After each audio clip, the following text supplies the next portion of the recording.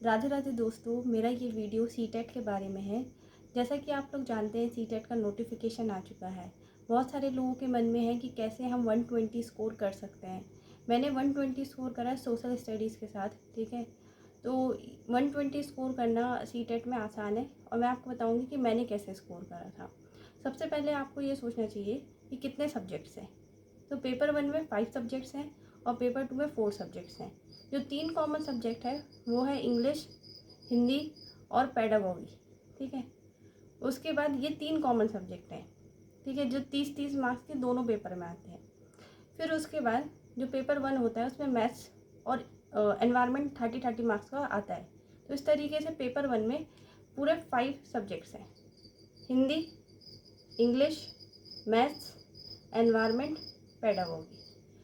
इसके साथ ही जो पेपर 2 है उसमें हमारे 4 सब्जेक्ट्स हैं: हिंदी, इंग्लिश, पेडागोगी और जो भी आपका है ना सब्जेक्ट होता है जिसमें आपने एमए करा होता है या फिर जिसमें आप है ना टीचर बनने चाहते हो, टीजीटी के, उसका सब्जेक्ट, ओके। वो सब्जेक्ट देखो, पेपर 1 में सारे पाँचों सब्जेक्ट आपके 30-30 मार्क्स के होते हैं और पेपर 2 में, ठीक है, आपके 3 सब्जेक्ट इंग्लिश, हिंदी और पेडागोगी 30 मार्क्स के होते हैं। बाकी जो आपका 4th सब्जेक्ट होता है, जो भी आपका होगा वो मतलब जो आप ऑप्शन में लेंगे टीजीटी के लिए, वो आपका 60 मार्क्स का होता है, ठीक है। अब कुछ सब्जेक्ट्स आपको प्रिपेयर नहीं करने होते हैं और कुछ सब्जेक्ट्स आपको प्रिपेयर करने ही हैं। जो सब्जेक्ट आपको प्रिपेयर करने नहीं होते हैं, जैसे कि हिंदी, इंग्लिश, ठीक है, आपने कुछ किसी भी स्ट्रीम में पढ़ाई करी हो, आपको हिंदी इंग्लिश का इतना कंटेंट तो आता ही है कि आप 1st to 8 तक में, ठीक है, उसको पढ़ाने के लिए या उसको है ना एग्ज़ाम में करने के लिए है ना काफ़ी सक्षम होते हैं। उसके अलावा जो बाकी के सब्जेक्ट्स होते हैं, ठीक है, जैसे आपका पेडागोगी के लिए मैंने क्या करा था कि है ना प्रतीक सर के वीडियोस हैं पेडागोगी की, जिसका मैं आपको लिंक दे दूँगी कमेंट सेक्शन में। तो मैंने प्रतीक शिवालिक सर का, ठीक है, लेक्चर्स करे थे और उनकी बुक खरीदी थी। अब देखो बुक मैंने क्यों खरीदी, ठीक है, क्योंकि उसमें ऑब्जेक्टिव टाइप क्वेश्चन थे। अगर मैंने किसी भी है ना थ्योरी को पढ़ा, ठीक है, जैसे कॉग्निजेंट थ्योरी पढ़ी, ठीक है, कुछ भी पढ़ा, तो मैं उसको है ना वहाँ पे ऑब्जेक्टिव्स भी लगा लेती थी पढ़ने के बाद और उसे रिवाइज भी कर लेती थी और मुझे उनके यूट्यूब वीडियोस के भी नोट्स नहीं बनाने पड़ते थे, पर मैं स्क्रीनशॉट ज़रूर लेती थी और स्क्रीनशॉट को भी मैं कम से कम 1 से 2 बार या 3 बार रिवाइज करती थी। तो इस तरीके से आपका पेडागोगी हो जाएगा। हिंदी इंग्लिश आपको थोड़ा बहुत आता है, जो टॉपिक्स नहीं आते हैं, ठीक है, आप उनके लिए यूट्यूब में किसी का भी वीडियो रेफ़र कर सकते हैं, बहुत सारे वीडियोज़ हैं।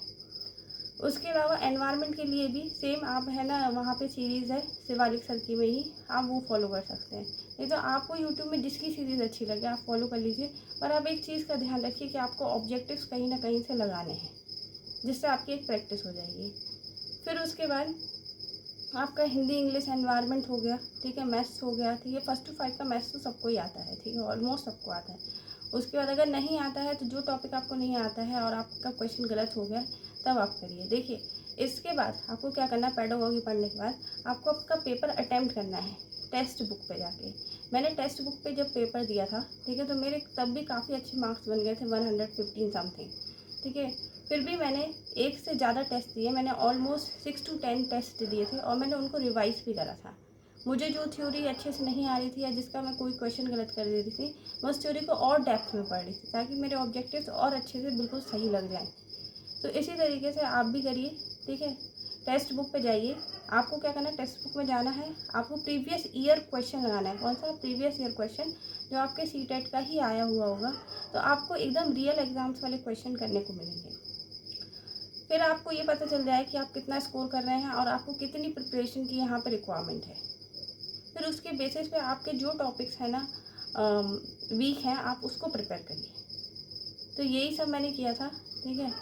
और रही बात पेपर 2 की, तो पेपर 2 में आपका हिंदी, इंग्लिश, पेडागोगी और आपका जो कंसर्न सब्जेक्ट रहता है, जो भी आप चूज़ करते हैं, तो आपने उसके लिए जब एमए करा होता है या फिर आपने बीए करा होता है, उस टाइम पे भी बहुत पढ़ा होता है, काफ़ी सालों तक पढ़ा होता है। मुझे नहीं लगता है कि किसी को ज़्यादा उसमें प्रिपरेशन की ज़रूरत होती है, पर अदरवाइज़ आपको प्रिपरेशन की ज़रूरत है तो आप एनसीईआरटी फॉलो करिए अगर आप सोशल स्टडीज़ से हैं। और अगर आप इंग्लिश और हिंदी या फिर किसी और सब्जेक्ट से हैं, तब भी आपको ना एनसीईआरटी तो पढ़नी ही पड़ेगी, उनकी भी कंसर्न सब्जेक्ट्स की। इसके अलावा आप जो भी साइट है जैसे कि लाइक टेक्स्ट बुक है, उसमें भी है ना, जैसे इंग्लिश के लिए सीटेट के लिए अलग से है ना वहाँ सेक्शन होता है जहाँ पे सेक्शनल टेस्ट होते हैं। उसमें अलग अलग टॉपिक्स जो होते हैं सब्जेक्ट से कंसर्न उससे रिलेवेंट एमसीक्यूज़ होते हैं, और उस एमसीक्यूज़ में जब आप उसको कर लेते हो तो उसके बाद एक्सप्लेनेशन होती है, तो आप उसके थ्रू भी उसको प्रैक्टिस कर सकते हैं।